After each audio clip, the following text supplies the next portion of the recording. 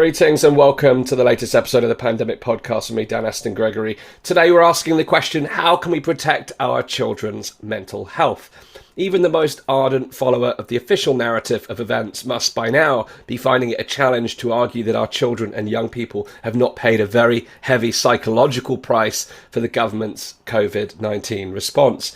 And they continue to pay, even though the messaging is a little more muted now as MPs are on their summer break. We are still cloaked in an overarching mantle of fear within the media and the threat of further punitive measures, especially in schools never far away.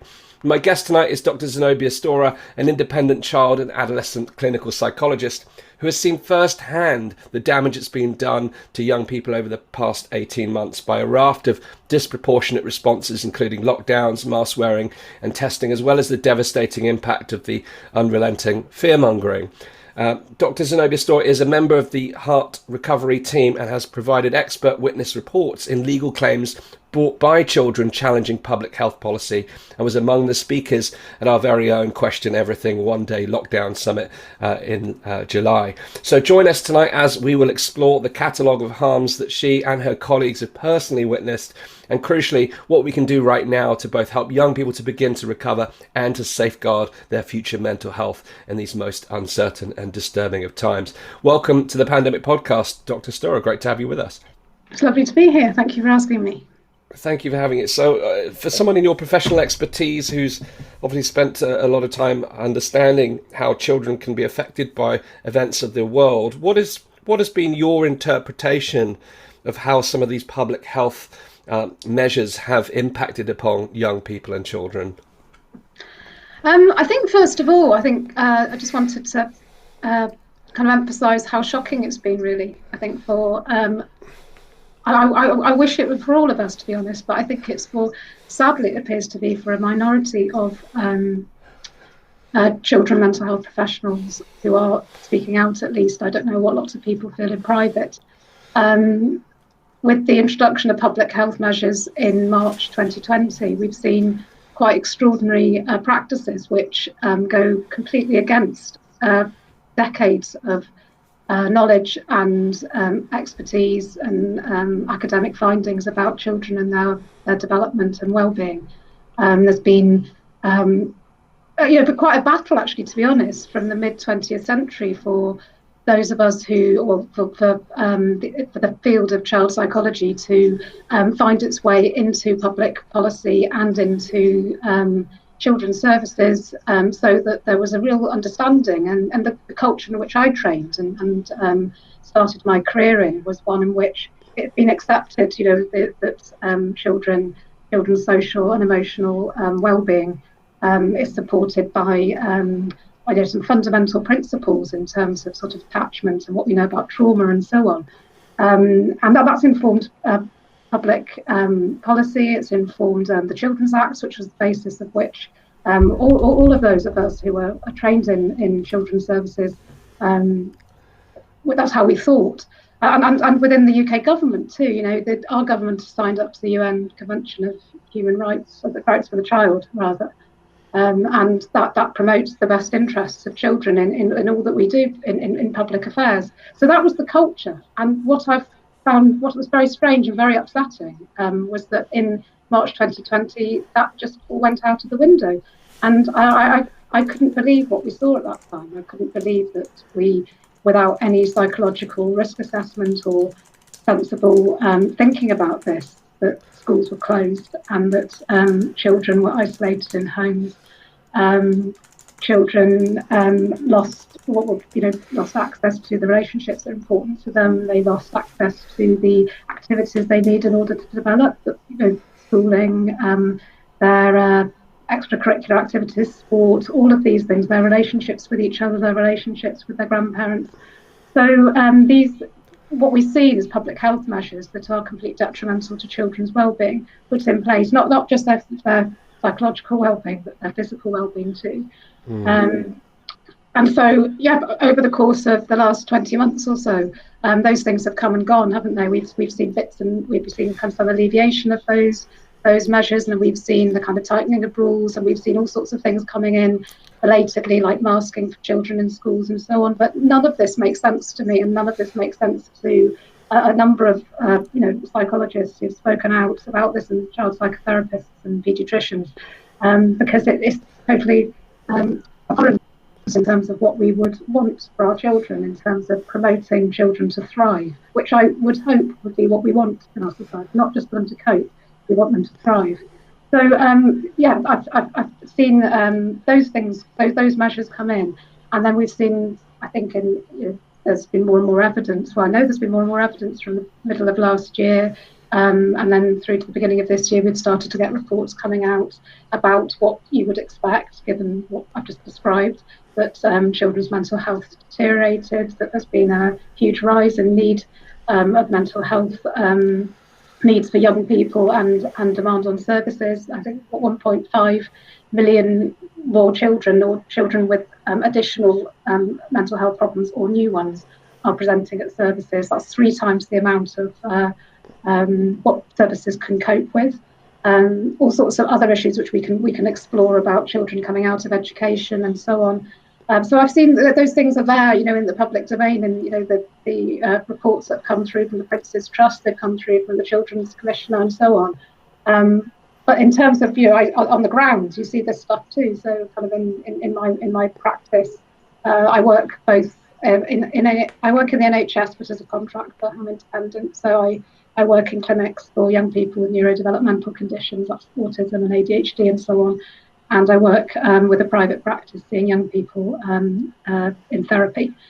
So I've seen the impact of these restrictions in various ways in terms of rise of difficulties for all the children I'm seeing, which we can explore. Yeah, it'd be really interesting to explore that. So what are some of this? Could you kind of elaborate on some of the specific impact that some of the individual measures have had, whether that's the closure of the schools or the mandates of mask wearing? What has stood out to you as some of the most impactful areas, and how have they impacted children? I think the most important fundamental issue has been the isolating of children in homes, which we saw obviously for several months last year, and then obviously again we had that again at the beginning of this year, didn't we? And the biggest problem for that, and the biggest concern for any society, is that when you isolate young people, when you take them out of the public eye, that they're at risk. That it's dangerous for children to be invisible, and so that is schools serve 2 purposes, don't they? We talked about this at the conference. Schools are obviously there to help children achieve academic goals and to develop pro-social skills, so they can go into society as useful and hopefully functional human beings, to develop social skills outside the family, wider, broader social knowledge. But they're also there they have a safeguarding purpose. That's a really important purpose that schools hold. So it's very frightening, actually, I think, for me and for anybody I know who works in services, and obviously you deal with child protection issues. That's the first shock, that when schools closed in March 2020, the first thing that you started to think about was the vulnerability of children who, from our most kind of chaotic or vulnerable, however you want to describe it, those homes where children are at most risk. So children coming out of schools, first of all, they're at risk they're at risk for their development, because in terms of developmental impairment, because their social development has stopped, it's interfered with. They're at risk of difficulties within the family home. We saw the other thing is that obviously children don't come on their own; they come as part of the system. So children come as a family, part of a family or a community. So we know that the adults within our society have suffered hugely during this public health intervention. That we've had a massive rise in domestic violence, in substance misuse, in mental health problems for adults as well. We used to call that the toxic trio in children's services. That those 3 things coming together can cause really severe, adverse childhood experiences. So with lots of children out of school, isolated, with really pressured situations at home, either at risk or just very stressed parents. And I saw that in my clinics with some of the families that I work with in Liverpool, where families really struggling financially. You know, these are kind of vulnerable families, mothers who've got several children with additional needs on their own, lost sources of income if they were working, for example, in a bar job. I had a couple of mothers who worked in the evenings in pubs and so on. And when the hospitality closed, that was the end of their income, and plus the fact they were losing support from wider members of the family, because at the time we were told that, you know, grandparents weren't supporting anyone, they were losing their network, and so on. So those sorts of issues, all those things coming together, and then children being out of school, losing education, subjected to adverse experiences, all of these things together, causing lots and lots of problems, and lots of things that you wouldn't really see until children then come back into society, which is what, you know, obviously when the schools opened, and maybe January, February, when we were starting to get these reports through from the Prince's Trust and so on. These are all the things you would expect. You would expect adverse experiences have gone up. You would have expected children's mental health to deteriorate, and all of these things did happen and have happened, and we will continue to see those effects. I think there was some really, it seems very strange because there was some really quite, it seems to me totally unnecessary really. It's not just the fact that there was no psychological risk assessment done, but some really quite almost, it's felt along the way that some of the measures that have been in place are almost like vindictive. It's almost, why would you, for example, close playgrounds and put padlocks on swings? You know, which is what they did. I saw that in my local community. These, you know, we know that children need to play in order to little children need to play in order to develop. It's not just an optional extra. That's actually just part of what children do to learn. So you know, then again, we're talking about children in the most vulnerable communities who don't have access to private gardens and so on. Really particularly suffering in these situations. So all of those things have really concerned me. I mean, in terms of my own practice and what I saw with the young people that I see for private therapy, all the young people that I saw, their mental health deteriorated over the course of lockdown. So lockdown 1 and the other, you know, really significant one that we had March through to January through to March this year. So whether there were self-harming issues going on, OCD is a big problem. Children with you know, kind of rituals and around anxiety, anxious rituals around hygiene and so on. Those things all escalated, as you might expect. And one of the issues that's been difficult for mental health professionals is that not just, it's kind of been like a double whammy, because not just have the circumstances been a perfect storm for creating or exacerbating mental health problems for young people, also the very means you would use in order to support children are taken away from you with lockdown as well. So, you know, obviously if you're working with a young person, at the moment, several young people with OCD, then obviously lots of you, and with any mental health problem, you'd be helping them, you'd be supporting them, you've been encouraging them to develop all sorts of engagement in other more healthy activities. They're getting out of the house. If you're full of anxiety around hygiene levels, and you've got lots of rituals in your bedroom or your bathroom or whatever, a really key thing is to be doing other things, isn't it? Along, you know, you can work with somebody in terms of cognitively to help them think through those difficulties. You can work with them to help them reduce those behaviours, but they also need to be doing other things. That's a key part in young people being well, is to be engaged in sport, engaged with friends, to be out and about, and those things were gone. So you had lots of young people stuck with the triggers of their difficulties. That's what I found hard working with them at that time. They had young people who wanted to self-harm. They're in their bedrooms. You know, they're not going to school. I mean, of course they're going to self-harm. You know, that's their go-to behaviour in distress. So those things became very, very difficult. So yeah, that's the sort of issue that I've seen. It's the kind of broader social aspect and the concern you have, you know, about very vulnerable people in our society, but then for all young people, anyone who's in mental distress, whether they're from a supportive home, a home that's less chaotic or not. If you've got difficulties, you know, you being at home, being away from friends, being prevented from doing the things that make you happy, being prevented from seeing people that you love, being uncertain all the time about when you will go back to school. Will you go back? Will you pass your GCSEs? Won't you pass your GCSEs? All of this stuff, it's very, very difficult to support young people through that when you don't know yourself, and the adults around them, the therapists, teachers, and their parents are also uncertain. So providing a sort of stabilising support system for these young people and helpful suggestions and helpful therapeutic interventions, it's an additional challenge. It's like working with your hands tied behind your back. Human beings have got an innate human need for certainty, but we've seen great uncertainty that people have had to tolerate, and it's hard enough for adults, let alone young people and children who may not be able to make sense of that uncertainty in what they're perceiving. Now, we know that the government has essentially gone through a campaign of fear we can see from the SPI-B, the government behavioural science department documents to see that they put together campaigns designed to keep people compliant. Now, we've seen, in addition to that, the kind of bombardment of the daily stock tick of cases and deaths and horror stories, which obviously has an impact on adults. But has this filtered through to the children, do you think, this fear-based messaging? And how, if so, what kind of impact has that had?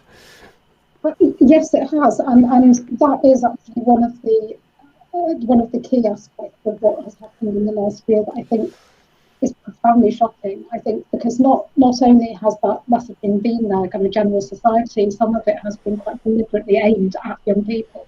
I think one of the lowest points of all in terms of what young people have been subjected to this year in children was, I don't know whether you saw that NHS, I think it was the NHS Together campaign at Christmas, where they had a TV NHS promotional video where Father Christmas got COVID and was in intensive care. I don't even know what to say about that. That was completely extraordinary that somebody sat at a table with a group of people and decided that was an appropriate thing to put out, which just goes to show that just goes to show that there's been how much has been forgotten and how much has gone out the window in terms of any understanding about small children and young people and any priority for their mental health and well-being. So yeah, I mean, there was right at the beginning, wasn't there? There were campaigns about NHS billboard campaigns around young people not meeting in the park, and if you did, you might kill. The implication was that someone would die. Don't kill your granny, sorts of messaging that was out there, and then the messaging that's deliberately frightening for adults as well, but it's out there in the public arena. Those awful posters where you had look him in the eye, look her in the eye, and tell him whatever it was that you're doing your best to stop transmission. There's deliberate fear tactics that are pervading throughout society that children are exposed to too, and also that the messaging impact upon families filters down to children, because as I was saying before, children are, like, when you work with children, you don't think about children on their own, you think about children in the system, you think about them in a community, you think about them within their families. And if you're living in a family where everyone's terrified of COVID, then obviously you'll be terrified of COVID. And practices within family homes and within schools. You saw schools, teachers are humans too, headmasters are teach humans too. All of these institutions have picked up along these lines a lot of this messaging, and then interventions and practices were put into place within homes or schools or other institutions, which essentially are fearful ones. They teach children to be afraid. They teach them that they're living in a scary world. They teach them also that other people are vectors of infection and disease, and so are they. These are really unhealthy, extraordinary messages. You wouldn't believe that we would have been teaching children a year ago, 20 months ago. You wouldn't believe that. Well, I wouldn't have believed that's the case. I mean, so you've got those very clear messaging, that was, that's, as you say, SPI-B and government quite deliberately put out in order to increase compliance with public health measures, and the ethics of that is hugely questionable. So that's a whole other issue. But that was out there. But then on top of that, it's the day-to-day the kind of, so I would say it's not minimal, but these messaging that's just rounds about in the community. So the signs about social distancing, the face masks, adults in face masks, and then obviously the masking of children subsequently within secondary schools. All of these things, the behaviours of other people. You see people in supermarkets still, don't you, wearing, I saw yesterday somebody double masked with plastic gloves on, and children are seeing this all the time. They're seeing this all the time. They're very impressionable. But there's a very clear message that adults around them are afraid, and therefore there is a reason to be afraid. So yeah, I think that's had a huge impact upon children's mental health and well-being. I think particularly if you are living in a family where people are fearful. I mean, I've worked with families where I've been told about some very practices, which I guess actually when you look back, because it's very hard, isn't it? I think the whole trajectory of the pandemic has been bizarre because it's kind of messed with all of our heads. So I find it quite hard to remember at what point things happen. And sometimes you say, oh yeah, that did happen, didn't it? However many months ago. But for example, things like, do you remember before Christmas when we were all told that we weren't allowed to have Christmas, but if we did, then we had to not share our cutlery and things like this. Yes. These sorts of extraordinary kind of little messages that are in there. But I've worked with young people where the members of the family have different sets of cutlery and they don't use each other's cutlery. I've worked with older children where they use the kitchen at different times. So family meal practices, families coming together to eat have stopped altogether, and people come into the kitchen at different times and use their own cutlery and what have you. And I've worked with families where the children come through the door and immediately their school clothes are taken off and put in the machine, and the children are in the showers straight away. That's how frightened families, and that's fairly recently. I heard that one fairly recently. So people are still very frightened, and those practices are clearly going to impact upon children. Obviously, they will. And we've seen a rise in hypervigilance around germs and cleanliness in young people and children and OCD, and you would have predicted that, wouldn't you? I think because the whole nation has adopted this germ-phobic anxiety. So yeah, those are the sorts of things that you're seeing, and I think that whilst adults maintain a level of fear, and whilst the government continues to push like you say, it's muted at the moment, but I as you say, I suspect that's more because everyone's on the summer holidays, aren't they? But there certainly is, despite the government's supposed belief that the vaccine is the way out, there's been no clear message to the public that everybody needs to stop panicking, which is what they need to do. Well, it feels to me like we're still sort of in kind of like in a wall footing. We're not been given permission yet to calm down, and as a result, lots of adults and people in the community living with that. Schools are going to continue with that in September, and young people and children will continue to be anxious about those things. Yeah, well, it was. Things have muted. I think there has been very little let up in the fear, really. There's always the prospect of, the variants that are hyped up to really frighten people, but then you also see countries where they've already started dishing out booster shots, and then they're sharing stories of how cases are still rising. So of course that's still going to have a effect on people. And it just, I think a lot of people don't feel like there's any end in sight to any of this, and as a result, they're still in that warlike footing, like you say, the kind of panic-based mentality, and that's very difficult for adults and children to cope with.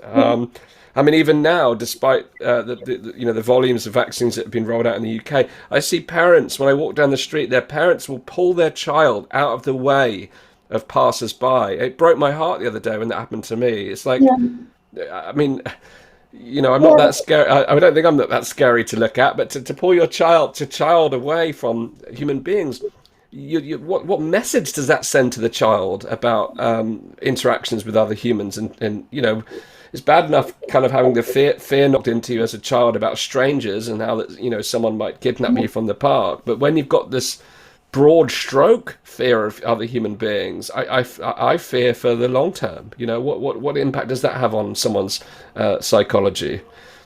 No, I agree with you, and I think I've had that experience too. It also gets very cross actually. I think it's I find it really difficult to stick with it. So I've seen that street where I've had I remember running past a family about I was running past a family about a month ago, and both parents and the two children turned into the hedge as to face the hedge as I went past, and I did give them 2 meters, but it's that fear still, and that's what the children have been, they've been taught to do that, haven't they? And you're right, the long-term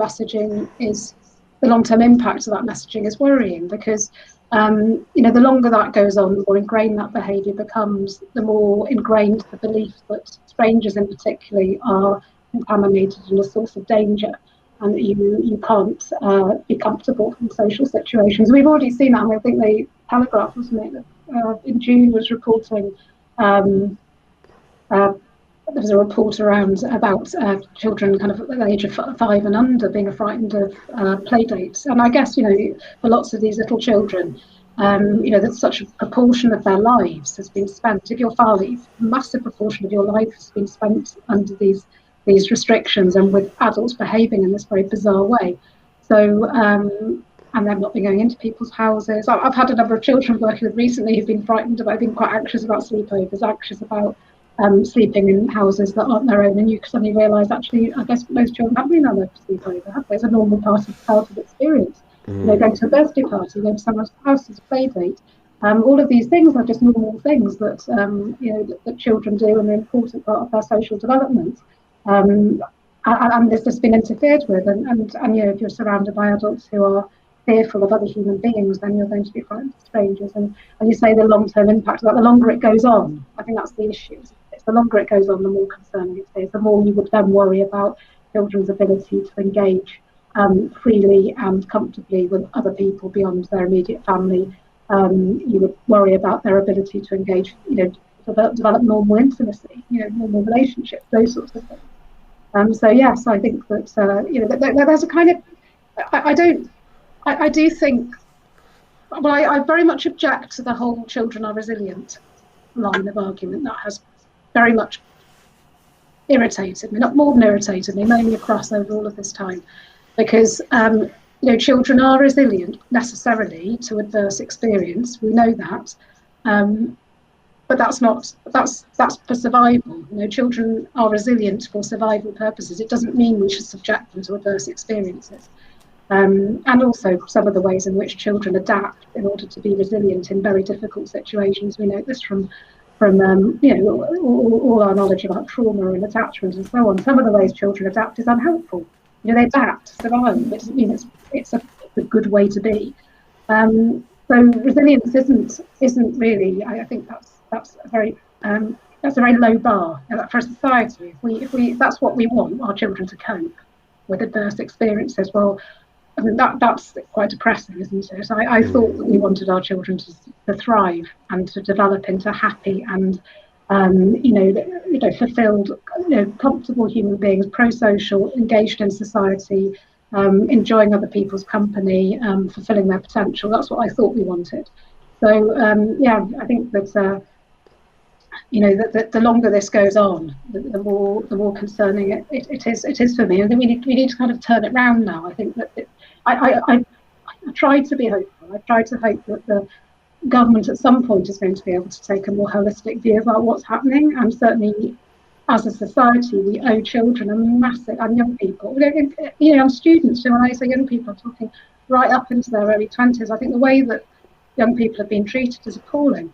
And we really owe them a focus now. We really owe a focus to turn this around. And it starts with, as you're saying, I think it starts with the end of the fear. That's what it starts with. It has to start with, we're not in war footing anymore. We're now moving into normal interaction. We are, if that's what the government wants, we believe in the vaccine, we're all fine, and we're all going to move forward. COVID is part of life, like flu is, and the focus now needs to be on children living their lives uninterrupted. Young people being able to do the things that young people do, kids at university being able to do the things that kids at university do without interference, and for them to go through their normal developmental work. And it's gone on long enough. It should never have happened, but it needs to stop. It needs to stop now. And then I think we will. I think most kids, they will turn it around, and there always going to be, and there will be some children who've really, really suffered from this. I think the majority of them will be all right if this is turned around now. But the longer it goes on, it worries me hugely. Unfortunately, it feels very much like we're in the eye of the storm, where it's that kind of safe spot where the storm is circulating around you, but you're not in the firing line anymore. But it just feels like what's going to come through the winter is more of the same. I can't help but feel that way, despite the mass vaccination campaign that's been well celebrated in the UK by politicians. It just feels like they're not actually ready to let go of this idea that we need to deploy mandates and restrictions. And my fear is we haven't learnt the lessons from what's gone before us. It's very clear to at least, for those who've watched the lockdown summit, you'll see the collateral harms that have been showcased and discussed, which extend to children and their education. And of course, losing education in its own right is a significant event, because it can play into people's long-term development, it can play into their long-term career prospects, their long-term earning potential. All of these things, all of the long-term ramifications are rarely taken stock of. But I do worry that we are going to see more of the same moving forward, until we thoroughly do embrace that endemic phase mentality, which is living with the flu, living with a virus like the flu. Yeah. It's talked about amongst MPs and some of the sage advisors, including Chris Whitty, the Chief Medical Officer, but the behaviours don't correspond with the words. No, I agree with you. It's a bit of hot air, isn't it, really? There needs to be some meaning to that. We keep hearing that we need to learn to live with it. I know that, I've seen, I think it was Andrew Pollard, wasn't it, yesterday or the day before, speaking to the Parliamentary Committee, making these sorts of noises as well. And I saw an article by Professor Brendan Wren, I think, in the Mail today, again, saying this is what needs to happen now. We need to make this normal. We need to stop mass testing. We need to stop treating this as something different and learn to live with it. So I don't know. I hope it goes that way. I'm like you. I think we've been too long in this cycle, haven't we, to feel like you can trust the authorities to do that. And like you say, the main issue is they're not letting go of the fear narrative yet. And until that goes, then I think I can't believe that it's not going to continue. That would be the side. If we were given permission, this is it. We're done now. We're all moving forward, but we're not having that, are we? We're not being told that we've still got to be very careful and so on. I think that the issue around children's vaccinations, which I don't really want to get into too much, it's not my field of expertise, but that concerns me. That's not true. That's not suggesting that we're moving forward into a time where we're calmer about this.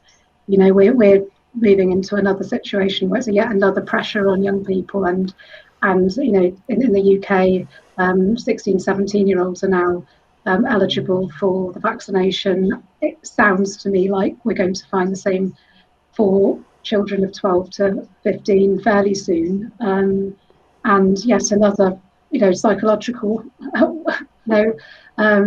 assault on young people is taking place at the moment, isn't it, in order to coerce them into taking a vaccination, which they may not want, and it would be a very sensible and logical conclusion for a young person to reach that, but yet more, there's two approaches being taken. They're being infantilized, aren't they, by being offered pizza, and they're also being, coerced by being told they won't be able to do the things that they actually have every right to do, like study. So there's several things going on there. So which again, are we moving to a better stage? It doesn't feel like that at the moment, but I hope that we do get there. Yeah, obviously Pfizer are talking about immunising everyone from 6 months up, so I think there'll be pressure across every age group. And I appreciate, it's maybe outside your expertise to comment on the vaccines, but if we could comment on the decision making, in the context of what we've just talked about here, you talk about the importance of the family unit, and if the family have kind of been caught up in this fear narrative, and as a result their behaviours have been a certain way, with these over precautious type behaviours, almost OCD like behaviours when it comes to sanitization, etc., at the extreme end, but nonetheless, that then puts pressure. If the decision falls on the weights of the family, which most would argue that it should for under 18s, then that decision gets made from incomplete information, and it becomes very difficult to create informed consent about the actual risks of the virus to their children, and the potential benefits or risks of the vaccine. It's very hard to make an informed judgment. But when they're talking about 16 to 17-year-olds, this kind of idea of Gillett's competency and the idea of putting that decision in the hands of the children, you would have thought they'd be even less, not less capable. I certainly when I was 16, 17, considered myself to be pretty intelligent and capable of my own decisions. As a 37-year-old, I'd say some of those decisions 20 years ago weren't the best possible decisions. And with full information, I'd make different decisions. There's plenty of them, I can tell you that. But as a 16 to 17-year-old, you think you're making a good decision on your own merit. But putting that decision in the hands of the children, potentially, as the kids of this age go back to school, what are some of the issues there, do you think? I think you're absolutely right. And I think probably, again, not wanting to talk too much about the vaccine, I wonder how many adults in this country have really made informed consent. But that's another issue, isn't it? I do think, certainly with young people, I don't see how they can, actually. I don't see how they can make informed consent in the current environment. And I don't see how Gillett competency could apply. I don't see how it could apply, because so just for those who are listening who don't know what Gillett competency is, it's the ability for young people to make it's a clinician making a judgment about whether a young person has the ability to weigh up information and give consent themselves for their own medical treatment. And obviously there are many situations where a 12, 13-year-old, 14-year-old might be able to do that. But I think in the current situation, it's that the information is so distorted. The environment in which people are making a decision is so febrile, and the pressures are so immense from schools, from homes, from society. And whilst, as we were discussing before, young people are being subject to government propaganda, I'm quite happy to call it that, at the same time. I don't see how a young person can make an informed decision and how they can be considered Gillett competent. I mean, that's certainly the line that I would take with my children. I'm concerned about them being offered the vaccination when they go back to school, and that's my concern. I don't think they're able to. If they're told that they can make the decision themselves, I don't think they're bright young people, but I don't think they could. I think most adults are lost in this. So how could you expect that of young people? And I think that I just listening to my son's reasoning today. He's 16, and he's anxious about missing out. He's anxious about not being able to do things that he would like to do. But those are things that are his right to do. He like to go to school and to engage in learning and to go freely about society and to meet his friends. But he's even with a parent like me who's been asking questions all the way through. He's really concerned about that. And the other issue, as we all know, is that young people in their teens, they may feel that they're highly individual, but they're really not, are they? They're herd animals, and they are very much doing what their friends do. And that's his reasoning today. Oh, well, I'll see what my friends do. And that's, of course they do. That's normal. That's what young people do. The same with testing in schools, isn't it? I think that lots of young people engaged in that, those lateral flow testing, that process throughout last term. Because it was expected of them, and then they want to be good. Actually, what they want, they've been told that they're potentially a source of, disease and disruption to their classmates. So they're anxious. That's why they engage in those practices, not because they're able to think through fully what that means and whether it's necessary. Same with masking. I think many young people went along with the masking because there's pressure from schools, pressure from teachers, and because the majority of their friends were conforming, and because they've absorbed the fear, as well. So I don't think that young people can make completely informed decisions. And as adults, they're still minors.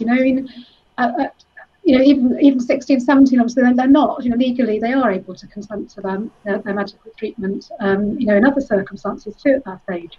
But we still should be protecting them, and particularly in a situation like this where things are, it is, whatever people think about this, clearly it's a controversial medical intervention, isn't it? I mean, I think that you can say that for sure.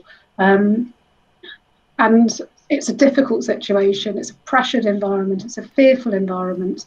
There's all sorts of decisions that are going on and being put on the shoulders of young people that are potentially detrimental to them for a number of reasons, and which we shouldn't be subjecting them to. I mean, I will say from my own life experience, whenever I've made a decision out of fear, it's rarely been the right decision. Your brain does not compute the full picture. As an entrepreneur, someone who's been in business since 2012, when I first started out, my own self-doubts, my own fears played a factor in my decision making. And when those negative thoughts or fear-based mentality played a role in decision making, almost every time it was the wrong decision. And my worry is that decisions are being made out of fear in many different ways. Whether for the children it's fear of missing out on education, missing out on travel, missing out on the fun things they like to do, or it's the fear of not fitting in, the fear of harming granny, or all these fears that have been subjected to children. If they are placed in a situation where they are making their choices, I've not yet heard the story of a young person under 25 who's doing it for any other reason other than to get, quote unquote, get their life back. Where we're talking about medical decisions, which should be based around medical need. But this idea that we're all doing it to protect one another has been moralized. It's gone from 15 million jabs to freedom, where it's about focusing on the clinically vulnerable, which is quite clear who those portions are. Yes, there's always exceptions to that, and it's always the exceptions we hear about in the media, which makes it seem like it's the norm rather than the exception. But now it's this moralization that everyone has a moral duty to do this, even children. And I can see it going as young as 6 months. If the market and political forces are operating with such veracity from that level, I find it very hard to see how it won't go all the way to every living soul, pretty much. No, you're right. I mean, the messaging, isn't it, is that the line that they treat us like idiots, don't they? They keep repeating it over and over again, just the same line, but no, so that just to make sure we've got the message. And it's isn't it? It's that the young people should be doing this to get back the things they love and to protect their loved ones. Those are the messages that young people are being given. And the kind of broader issues around whether it's actually right for them medically, whether it's necessary, all of these things have just been eliminated, haven't they, from the argument for them. And I think when you're talking about fear, I think that with lots of young people, it's not just fear of the things that you're talking about, but it's fear of scapegoating, fear within schools. I know that, because last year was so ridiculous. There were so many children were in and out, so many days lost of education. And the fear ended up being, I saw this with my own children, my teens talking about this, that you didn't want to be the person who was the source of disruption.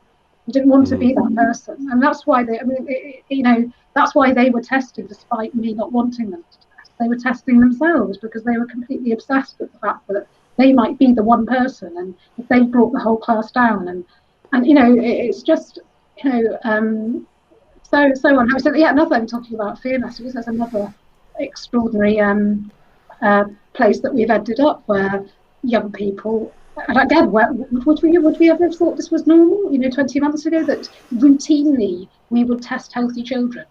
That healthy children are taught to test themselves on a regular basis, and doing it out of moral obligation to their peers. It's just totally bizarre. And unhealthy, really unhealthy behaviour, and yet it's been normalised. It's completely normal. And I guess I'm assuming we're going to go back to that in the autumn. I don't think, despite what Andrew Pollard was saying yesterday at the Parliamentary Committee, I can't believe the government are going to catch it back quickly and that they won't be asking them to test in the autumn. But that should go. I mean, it should have gone ages ago. It should never have been introduced, in my view. But that's where we're at. Yeah, it's created. It's part of the culture of fear, but it's created a culture of the mindset of being sick until proven healthy, which for young people is a terrible. For anyone, it's a terrible situation to put yourself in. But every time a child has to test themselves, they could be petrified that they're going to find something. And when they do get a positive test, they've been led to believe that it's this deadly disease that could kill them. And my wife's just written a blog on health anxiety. She suffered with health anxiety for several years after the death of her mother, which I understand is quite common following the loss of a parent. But she's written about how this is basically being, cultural health anxiety inducing. Is it? Absolutely, no, I agree with you. And then we were talking about, what's the long-term impact. We don't know yet, but I would make a stab at the fact that we're going to see loads of health anxiety. We do already. We've already seen an increase in that. We're teaching young people to be anxious about their health. It's been institutionalised. It's been mandated by the state that young people should be anxious about their health. I mean, it's completely bizarre. And you think that, I was saying this at the conference tonight, that what I found, we're talking about things that have changed, and you think, you wake up in this world and you think, how did this happen? Because, before March last year, if you had parents routinely testing a healthy child, medically testing a healthy child, or intervening with a medical intervention unnecessarily, that was called Munchausen's by proxy, wasn't it? I mean, that was abusive. That's an emotional and physical abuse in the eyes of the local authority. That would have been. And yet, this is something which is the state mandate and has been rolled out across the board. So, there's been so many things like that where I've been listening to this stuff and you're thinking, if this was that, you take the situation that's gone on, with a particular intervention like masking, for example, and if you just put that, say you imagine that as an individual family situation.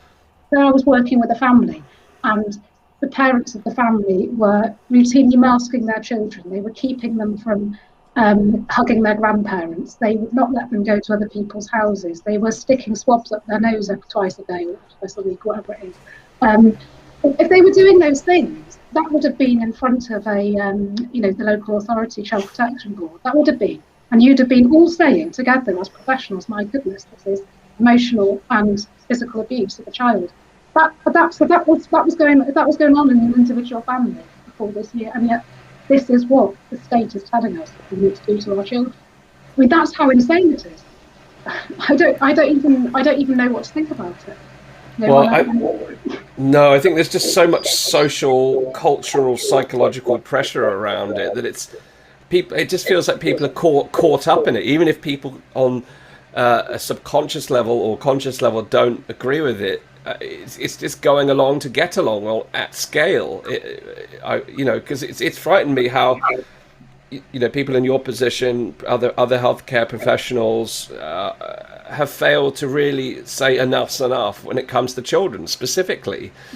I actually spoke to a member of the government's SPIM modelling group who worked tirelessly to put a paper together to demonstrate that schools should not be closed over the winter period, and they completely ignored it. He worked tirelessly. He said he broke down in tears because government ignored his report, which he'd worked incredibly hard to deliver.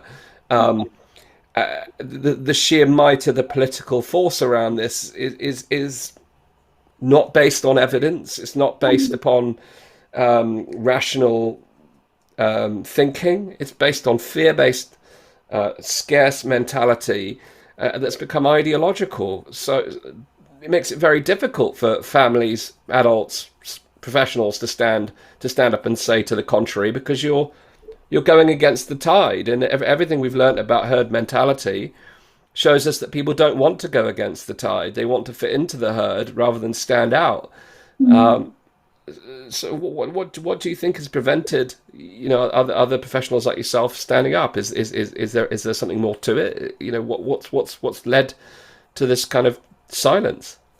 That's been the question that has completely baffled me. I don't have an answer to it. I think what is so extraordinary is how quickly it happened. Like I was saying to you at the beginning, the culture in which I thought that we shared a culture and a training. That's what I thought about people within my profession and people who are, are professionals working with children in whatever capacity. And it seems to me completely and utterly bizarre that there's only been a few of us willing to say this stuff. And all I can think is that, as I was saying before, everyone's human. I guess people are subjected to the same fear and the same messaging. It doesn't matter whether you would think as a psychologist you might be more immune to some, kind of cognitive dissonance or something. Well, you're not, are you? You're just a human being like everybody else. I mean, that's all I can think. I don't understand it because, there have, and I don't mind saying very much these days, but I think that a number of us have been subjected to some quite hostile, reception from colleagues for saying, speaking out. And not, I don't think I'm a particularly, I don't think I've ever been making any particularly outrageous claims at all. I've just been saying, what are we doing and what's wrong with this? And I think that was the most disturbing thing for me last year, was because, from about May time, I was thinking, goodness me, what on earth is happening? Why is no one saying anything?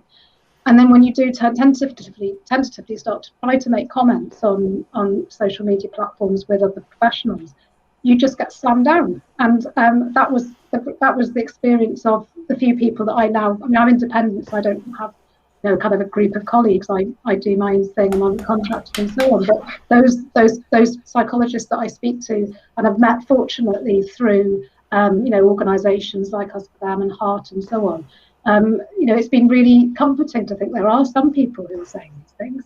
But I don't understand for the life of me why people have been so silent. And the general view seems to be, like, from the BPS, the British Psychological Society, which is which is the professional body that oversees psychologists in this country. The general view seems to be that we accept that this is a really dangerous virus, and therefore the job of psychologists is to ameliorate any of the problems which have come from the necessary restrictions. I think that's the view, and that's the view that everybody takes. Whereas, my concern was always, well, were these restrictions necessary? Were they proportionate?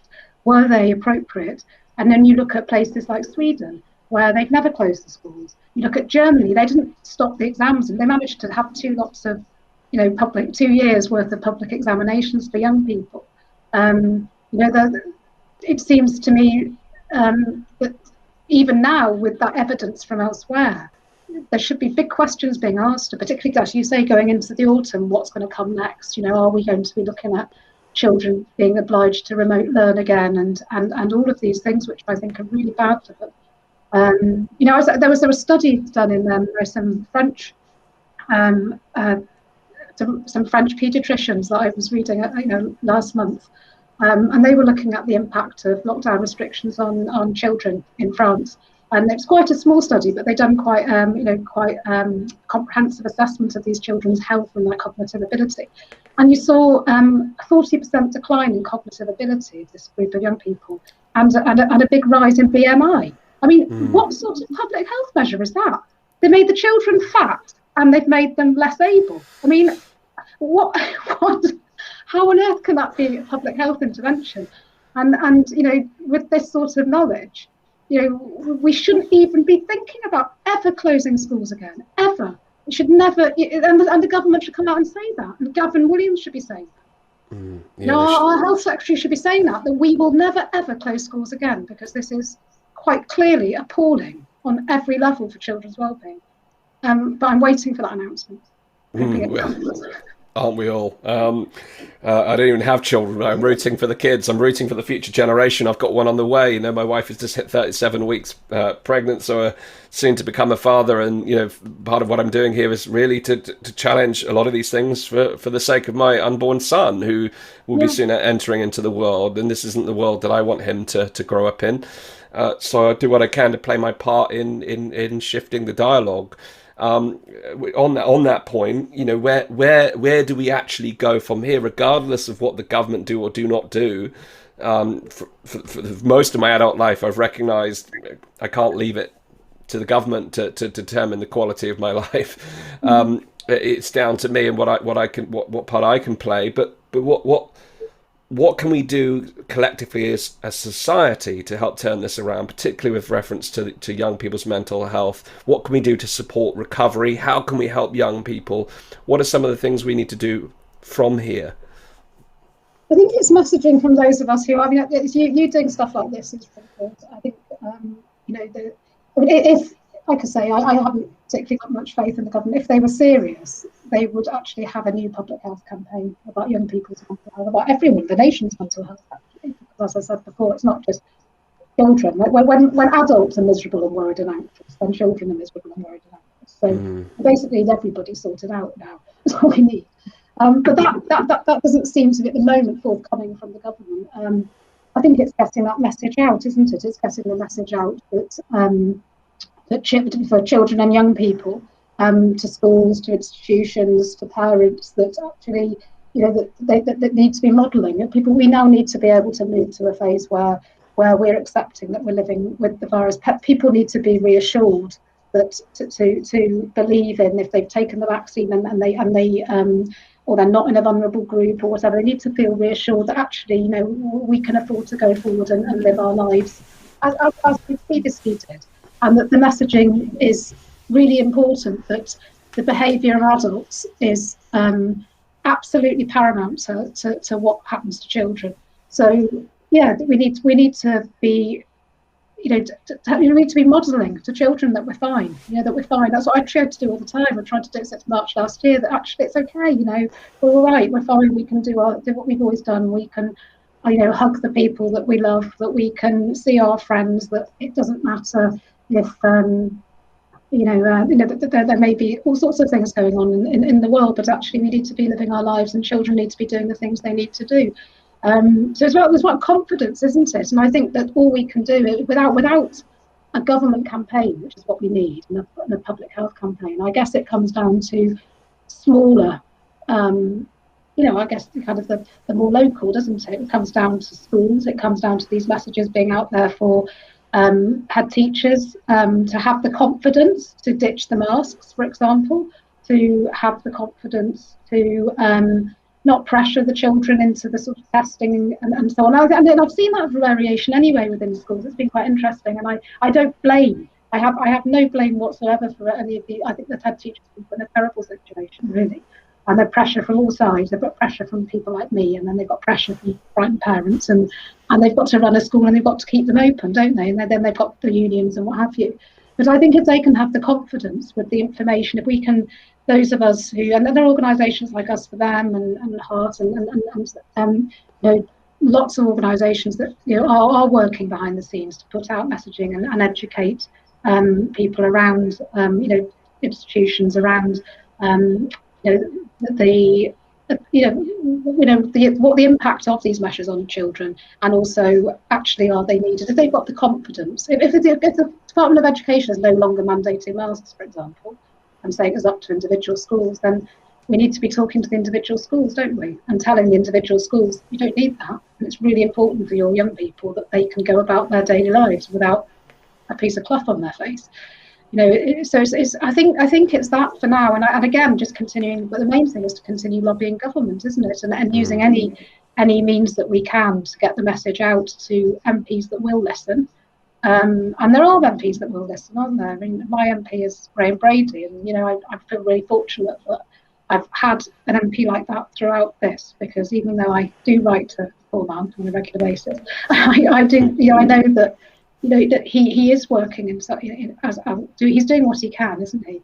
And I think that there are members of Parliament who are working hard to they're few and far between, but they're trying, aren't they?